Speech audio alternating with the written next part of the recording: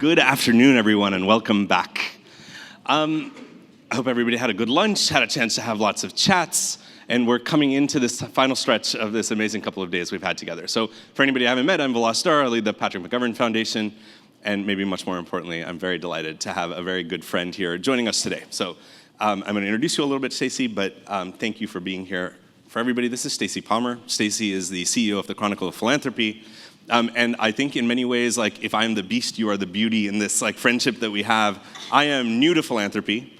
I am disruptive in my thinking. I operate often on intuition. I think that we can do better, and we go out and try it.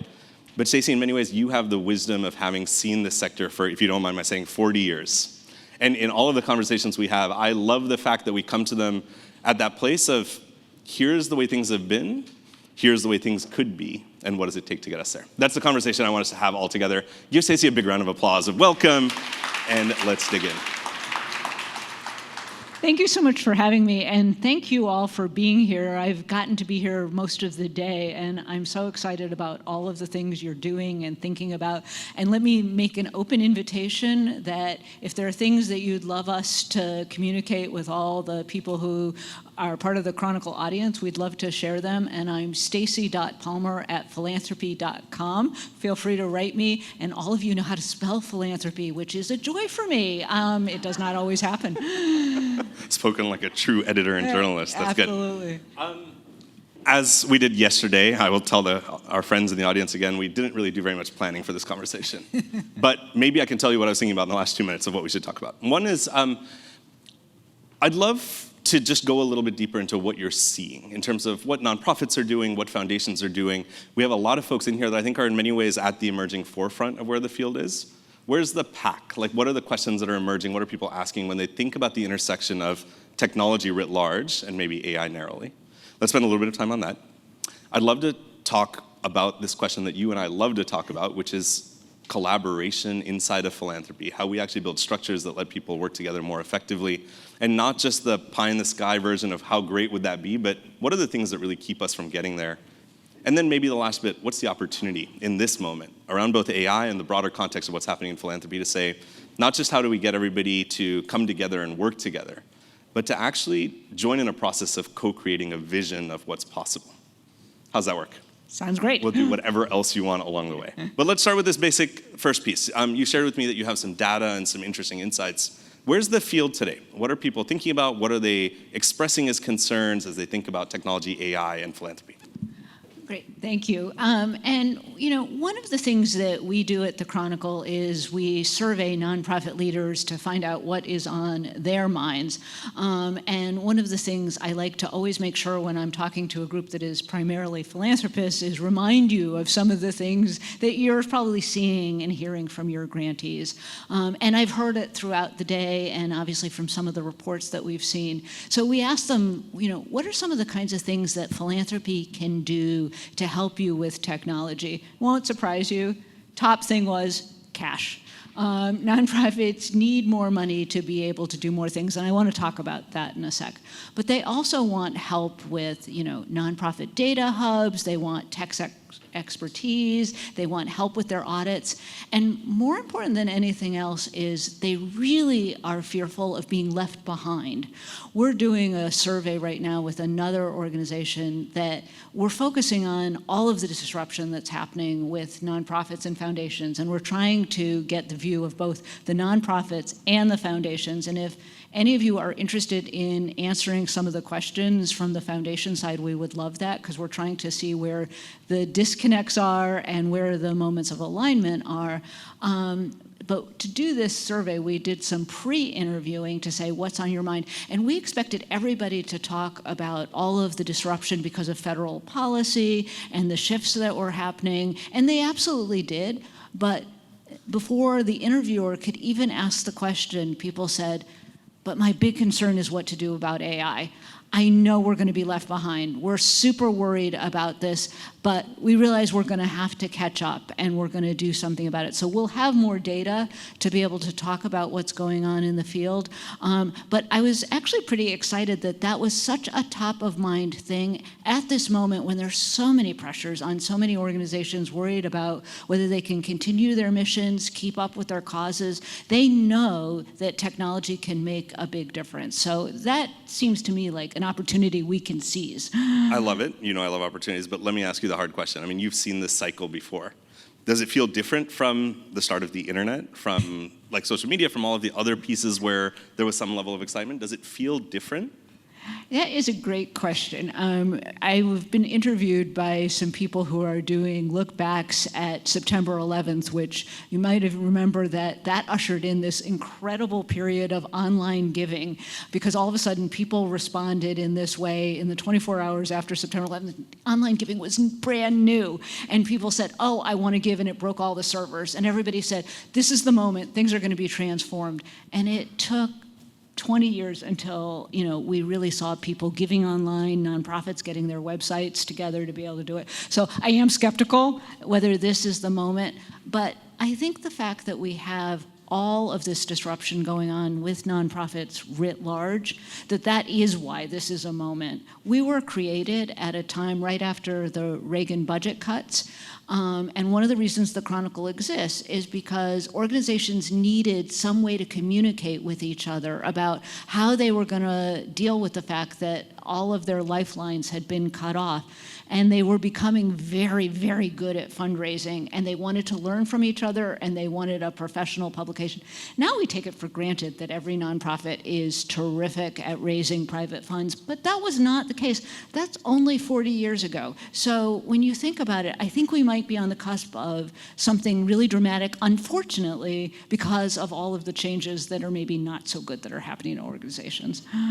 This is super interesting, Stacy. We've talked a lot over the last couple of days about two things that almost become tropes very easily, right? Like the magnitude of change and transformation, how it'll affect so many things. And second, maybe more important, the urgency of response, like how quickly this is happening.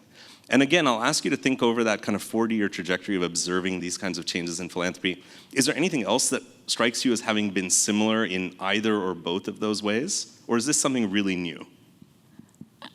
I suspect some of these things may have happened before any of us were born. So I try not to say that something is unprecedented because, of course, philanthropy itself is relatively new. The Rockefellers and Carnegies started giving money away a century ago. So relatively speaking, this is a fresh field. But I don't remember this convergence of so many different things happening and the technology moving so quickly that we can all take advantage of it. And what I love is, some of the research I know you've all heard and seen in the past few days, the smallest groups are the ones leading the charge. They're scrappy, they get things done, and that's always been the part of philanthropy where there's been success. They don't have resources, they don't have established ways of doing things, and so they create them. What we all need to do is find ways to elevate and invest some of those organizations that have fantastic ideas. Philanthropy hasn't always been so good at picking up on doing that. All right, let's talk about that. I mean, why not? Right? And I know that's a big question, but particularly around this time of fast and extreme transformation, we're able to convene in rooms like this to acknowledge that it's happening. What have you seen that keeps us from achieving that idea of collective action? Yeah. Well, let's talk for a second about the technology gap and then about the collective action. Nonprofits and you can see different figures about that, but most of the surveys seem to suggest that the nonprofits are spending 3% of their budgets on their technology. Well, you really would want to have 5% to match what industry is spending at the very least, and that's a minimal amount. So if we could just get the money for nonprofits to be able to have technology that they really need, the capacity, and that's the part where philanthropy and I know that's different from the people in this room, you're here for a specific reason, but philanthropy writ large, wants to put the money into the programs, not into the infrastructure that supports it. That's why you see these tech budgets being so small. We also don't have a real tradition of making sure that the leaders of organizations have a strong technology background, that the boards of nonprofits have these things. So we really need to change the culture of what kinds of people go into philanthropy, what kind of training, what kind of support we have. And what I'm hopeful philanthropy will do is invest in people who are new in their careers, want to change the world, have the technology skills, and deploy them to all of these nonprofits that desperately need the help. Then those people will want to do social good, will understand how to do things, but we have to realize that without the money and the people, none of this change is going to happen. One of my early intuitions in this space was this is a problem that has to have money and it has to have people, as you've described. But there is a challenge for the small nonprofit. It's actually not one we've talked about too much in the last couple of days, which is if you really want to take on this big, massive idea that AI is going to help you, there's not really a small bite that you can take first. Yeah. I mean, and now we're building that. Many of the groups in this room are supporting that, the idea that, okay, you don't have to go become an AI-first nonprofit tomorrow. There's a pathway to get there. But one of the things I think can ease that is a little bit of what we're doing in this room, which is the creation of an institutional layer that sits between the nonprofit and the idea of kind of technological ownership. You and I have talked about this a little bit, the idea of putting together those resources, learning hubs, the mechanisms where philanthropy can invest in a layer of education and support so that a nonprofit doesn't feel like they have to go 0 to 60 by themselves. That's kind of almost the starting point. I think that's happened across a number of transformations in philanthropy. I'd love your thoughts on the second element of that, which might be this question of building actual platforms that support technology for nonprofits. The idea of hubs of data scientists and AI engineers, of public data, of capacity for strategic consulting. I don't know, what's your observation on both where that's happening in this space, where you've seen it work before, what we might want to keep in mind as we start that conversation? Yeah. So there's not wonderful models. I think I've heard some things shared in the conversations here, so I think some of you already know what some of the things are that are working in this area. But, one of the things nonprofits are seeking is incentives. They also need, because to get that time and money, what kinds of things can you in philanthropy do to make sure that it's easy for organizations to access, to work together, and not compete against one another, not feel that I'm not going to get this grant if this other person does, and that if we all contribute to the whole, we can do that.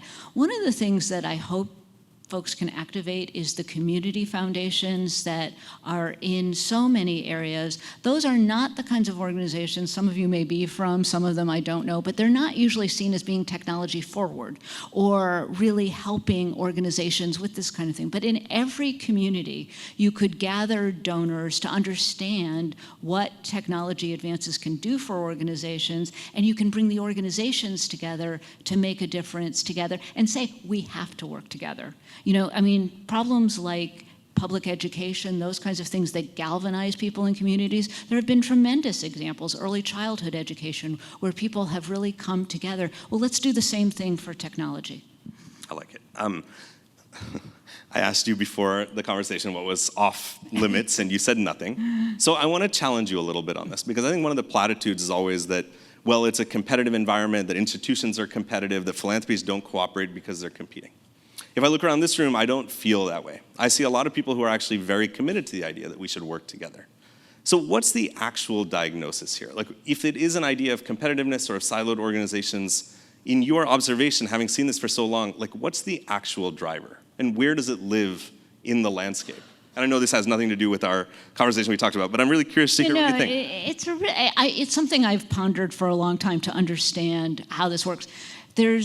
Ego is a big part of it, to be sure. The donors who establish foundations often have very strong ideas about what they want to do. If I recall, your donor didn't leave you a lot of instructions, so you had freedom to decide what to do. That's not the case in a lot of places. So organizations feel they must do whatever their founder said. If as we get along in time, you don't have to remember all of that, but you might have people on your board that are thinking about those kinds of things. And so that idea that the diversity of philanthropy is its strength, it is, but we don't come together to say, I'm going to fund this, I'm going to fund that, I'm going to do that. Now, in something like COVID, we had more organization. People decided, people who knew how to do public health and vaccines and all those kinds of things, they came together. Organizations came together and said, we're dropping restrictions on grants. We know that the reporting is too tough for people. We can't make that do it, so a group of people came together on that. We don't see that same kind of urgency sticking, however, because of this idea that philanthropy is stronger when it's so diverse. So we need to break that idea that its strength is only the diversity, and start thinking about what would the founders of our organization really have wanted in this day and age. And would they have wanted us to sort of stick to some of the same old ideas, or would they say, wait a minute, there are all these breakthroughs that we could fund if we shed some of these practices that we've been doing for a long time? I have a feeling many of them would prefer that there's a great deal of collaboration. But I will say too, when I said there's competition, I wasn't talking as much about the foundations where there is, sort of, I'll take my place and I want, to be known for doing certain things and certain achievements. It's really the nonprofits because of the scarcity of resources. And that feeling that they have to be so competitive sometimes, that's not helping matters either. And that's something where, as foundations decide to give more or give longer term grants, more general operating, do those kinds of things, if they could free up the nonprofit capacity, not to feel like they're just scrapping all the time for money. I mean, if you're just tracing after 1 year grants and you have to keep doing it over and over again, you don't become the best leader or the best kind of person that you want to be to lead collaboration. You don't have any space or time for that. And one of the things I find when I talk to nonprofit leaders is how much they're burning out because of the things that philanthropy is putting them through. And I don't think any of you in this room, I don't think any of you want to be doing that at all. That would be the last thing you want to do. But it's what's happening writ large when you think about how a nonprofit leader has to put together a budget. So we need to rethink that, of how that funding cycle works. So I really appreciate that. I want to take us from there, and actually what I want to do is come to the crowd and see if that provoked like a strong response from anyone. If there's like one or two very short comments, I think we have some mics, and if you do, just throw your hand up and we can have a quick chat about it. No, this crowd is post-lunch. They're like, no, we've heard all this before. All right, well, let's take it a different direction. Let's go from what you've just described, which I think we could debate, but let's talk specifically about the opportunity now. I mean, we're here at an event called Fund.AI. And I think we've had multiple conversations about the fact this isn't really about how do you diligence a specific AI-based investment. It's about how we actually prepare for what's coming in terms of structural resilience. So let's assume that collaboration is incredibly on the table. I see it absolutely in this room. What do you think we should build that's new, interesting, and innovative that hasn't been seen in the field of philanthropy before in order to address that problem? I think part of it is the sort of, shall we say, the both and I've heard this in the strands of conversation today. There are these fabulous technologies that are going to do incredible things and free all of us up to get much more done. And, that's what social causes need. They need that ability to move fast. But what I also want to see is, strong discussions about equity and security and all of those things. And philanthropy is going to need to hold both of those things together in one piece and articulate it. And I think philanthropy is really the only space that can. And I know you've written about some of those things, about how it's both the opportunity and this need to get involved in regulation, making sure that everybody benefits. Philanthropy is the one that's going to ask those questions and care about that issue. And doing both those things together, not being so Pollyannish about, oh, here are all these wonderful opportunities, without also saying we have to be out there to protect and make sure that the benefits go to all and that things are safe. that's going to take a lot of collective action and also a lot of smarts. You really need to gather all the best people who have wonderful ideas from great places and make sure to do that. I don't know that philanthropy has always excelled in doing both of those things at the same time. So my challenge to you is to say, can you bring leaders together to think about both pieces of it and not say we're only going to do one part of it? There's a piece to this that is, as you described it, kind of bringing people together to engage with these. And I want to talk about the other side of it, which is the public accountability or responsibility that's attached to it. You lead the paper of record, if you will, for the sector, right? Like you are the media institution that, while you also communicate about and make sure people are informed about what's happening, you also have a responsibility to hold philanthropy in many ways to account to the public. What's the kind of downside risk here? Like if philanthropy doesn't do this, I think there have been major social challenges where philanthropy maybe hasn't risen to the challenge, right? What is the worst possible outcome? Let's start there, and then we're going to go to the hopeful bit, as you know me. But let's start with, like, what happens if we mess this up? Society will be the big loser. And the people who are most vulnerable will be the biggest losers. And we're already seeing that throughout our society. And we'll have squandered all this incredible wealth that has been accumulated, wealth and knowledge. One reason I feel like this is the moment for philanthropy to rise to the challenge is I look at all the assets in the coffers of philanthropy, and sure, it's small compared to government and all those kinds of things, but there's a huge amount of wealth, and there's a huge amount of wealth among individuals who have the capacity to change. And I think that's the part where if foundations can also work much more closely with individual donors to help them understand how they can make a difference. It shouldn't be just, the Ford Foundation is so different than a wealthy donor in a community and say, we don't have anything in common with each other. You all want to unlock the social good and you have amazing assets together. We're all in this together. So, I think, the risk of AI doing things that we don't want it to do obviously is great, but philanthropy is about taking care of the most vulnerable, making sure that the people who don't have voices are the ones that we're watching out for. And those are the ones that I would worry about. So there's a huge downside if philanthropy doesn't get in and doesn't make a difference. Do you think there's a path by which, if we acknowledge that, at least in this space, the primary players in how AI is affecting society have typically not been civil society organizations? That's a broad statement. Let's accept it for a moment, right? And I think some would agree very emphatically, maybe others would. Is there a path to actually recenter that balance using philanthropic capital? Absolutely. The influence and power that philanthropy has is so much more than just those dollars. People listen to people in philanthropy. Look what happened when Bill Gates announced that he was going to spend down his foundation even faster. When Warren Buffett said that he was going to give his money to Bill Gates because we might work together. That was an example of something where the ego was dropped for a minute, and we had those kinds of things. All of a sudden, throughout the country, when the Buffett-Gates announcement was made, there were Girl Scout troops that said, can I give money to the Gates Foundation? I want to be a part of this. And so we can have, some of those moments together. I think if we build and just think in a different way about how we collaborate, we'll see this dramatic difference. But we really have to. Let's talk about the actual practice of journalism as you cover philanthropy. Have you done anything with AI? Like, are you thinking about it? Like, where do you think the opportunity is for your organization? That is a wonderful question. So it is something we were absolutely grappling with as to what are the smartest ways to use it.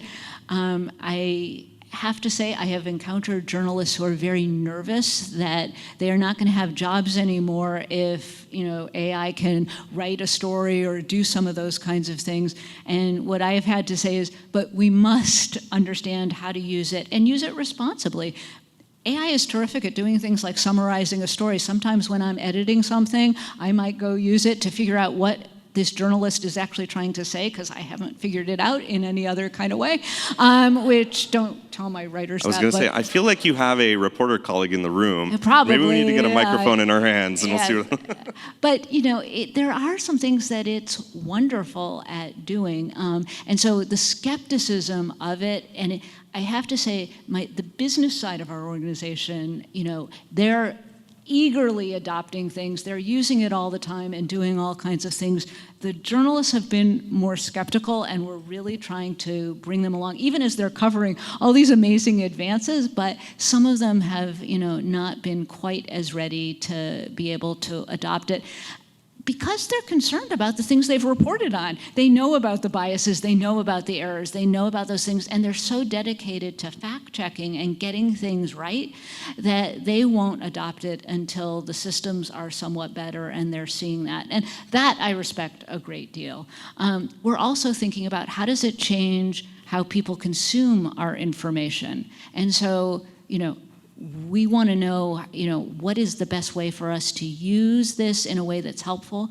We also think that it's going to be settings like this where we're all in person and we can use our insights and our expertise, so we need to lean more into that. You're going to be able to, today you just put in a query and find out, what is the, annual budget of nonprofits that work, in food relief or those kinds of things. You can find that answer out in a second. You don't need the Chronicle to be able to tell you that or what the successes are.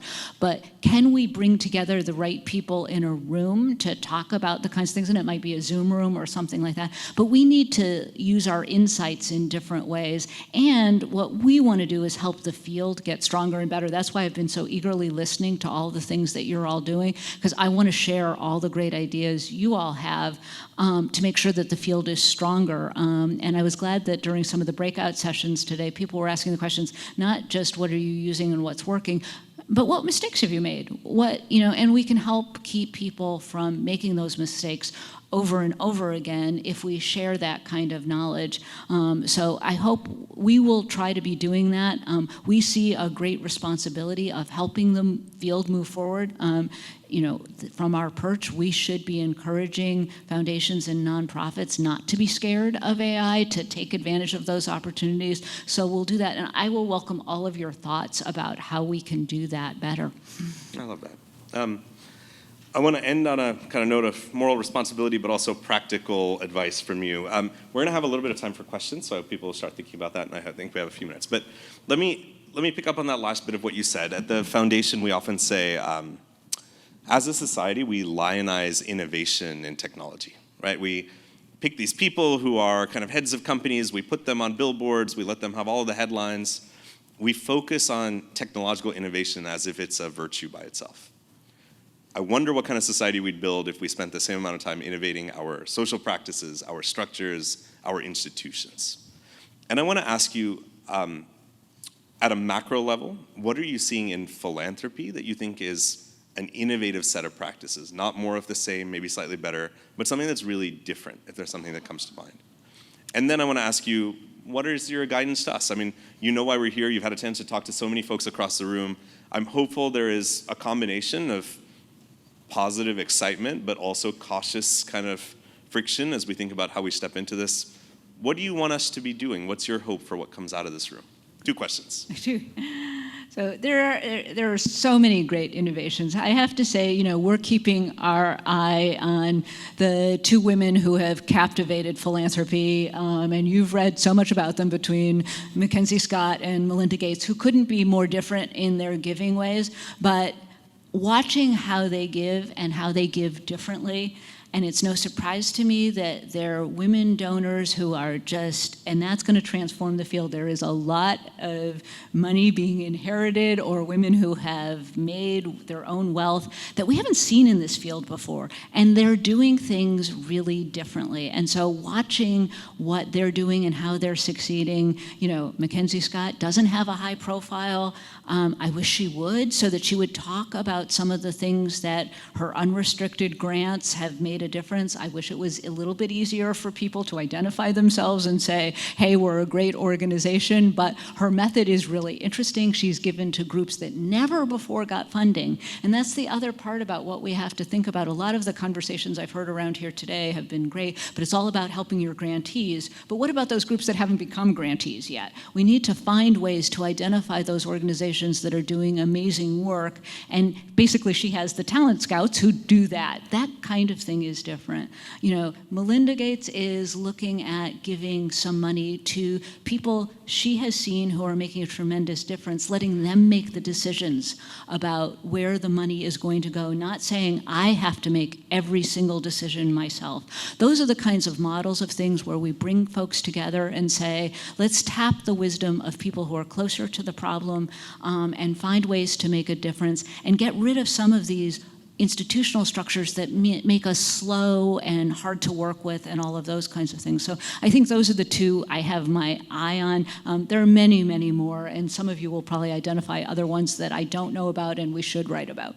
What am I, chopped liver? You are. I'm kidding. No, good. So these sources of disruptive I practice. will take 1 second to say this, that one of the reasons I reached out to you was that I could see that you cared about making sure that there was a technology difference for all nonprofits rather than saying, I only care about the arts, I only care about conservation or those kinds of things. That kind of thinking is dramatically different and incredibly important, and I would love to see much more of that, because if we don't build that infrastructure, none of this change is ever going to happen. I think that is very much shared in the room. The last bit of that question I asked you, any tactical kind of advice or guidance you want to leave us with?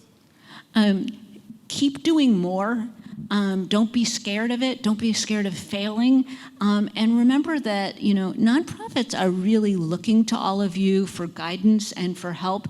They're worried sometimes that if they do certain things with AI, maybe you might question why they used it in a grant proposal. Maybe you're scanning things. They want to know that you embrace it. They want to know that you use it. They want to know that you're thinking about it. So do your staffs. I mean, you asked me the question about how our journalists are using it and everything. We all have to talk about it. We have to get involved in it, watch it, do site visits in ways that help us understand what's happening. So I think just really making sure that we don't, you know, sort of go off in that ivory tower and say, oh, we'll fund this and I won't get my hands dirty with it. We all need to engage with it. I think we have time for a couple of questions. We have some mics, I think, running around. It's terrifying to be the first person to ask a question, but so I'm really intrigued by, sorry, I should say, Ashanti Ranasinghe. I work at the Audacious Project, which sits within TED. I'm really intrigued by this idea and conversation around infrastructure and the layer between the nonprofit and some of these amazing models. I'm curious if you all see or could see how this conversation also goes back into influencing how some of those models are even built, such that they're both easier to access for the nonprofits and to be used that way. Someone gave a good example at lunch around Salesforce and CRM models that used to not at all work for nonprofits, and then there were new layers built that suddenly made it possible. But even when we talk about data and ethics and all the things we were just discussing around equity and inclusion. Great question, thank you. Do you want to, and I'll add in, but please. Go ahead. A few things. So thank you. This is like right at the heart of what we've been thinking a lot about. A couple of thoughts here. The first is we've seen this services layer that I think many of the institutions in this room represent that have been such a powerful unlock, which is that idea of if you want to do AI, you don't need to go hire an AI person. There has to be an entity that sits in between. In our institution, it's our products and services team that does regular consultations, right? It's almost like a fractional AI piece. That's the starting point of talent that can help say, here's what the tools are capable of, but also here's what the structural change necessary is. And that's available both to foundations, but then to many, many nonprofits. The second step of that evolution for us was to begin asking, is there a way that we can support cluster strategies, where we can find some organizations that are already ready to have a meaningful investment in building an AI capacity in-house that's not just consuming commercial products, but building tools in-house, and then finding a number of organizations that work around them to kind of use it as a co-learning and sharing hub. The third part of that was the creation of platforms, and I'm very happy that you'll hear a little bit more about that in our next conversation, the first major global platform for climate data. But I think from there, the big step up is going to be how do we go from building resource platforms to actually building the capacity and engine for creating foundational models. Some of that work we've done with groups like the UN and large governments, the first open source publicly available Spanish language model that's just been released by the Chilean government, that's been supported by philanthropy but led by government.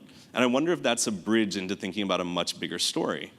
You know, I used to say 5 years ago or 4 years ago, if you had taken all of the investment that had ever gone into AI, and this is like maybe 2021, that was back of the napkin math on the order of $1 billion or $2, right? Well before the kind of moment we're in the crazy. But that's what led to the first set of really competent AI models.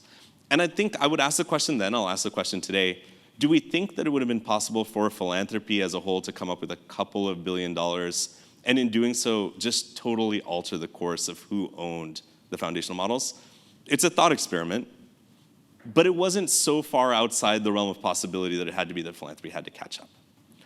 So let's not worry about maybe that moment in time, but ask the question today. Like, if there was a really comprehensive movement to take probably billions of dollars, but say we want to fundamentally alter the relationship between technology holders and the rest of society, how would we do that? I think at the institutional layer, that becomes a really fascinating question. I hope you'll join me in thanking Stacy Palmer for joining us and bringing a real sense of wisdom. And it's always such a delight. Thank you so much. Thank you so much.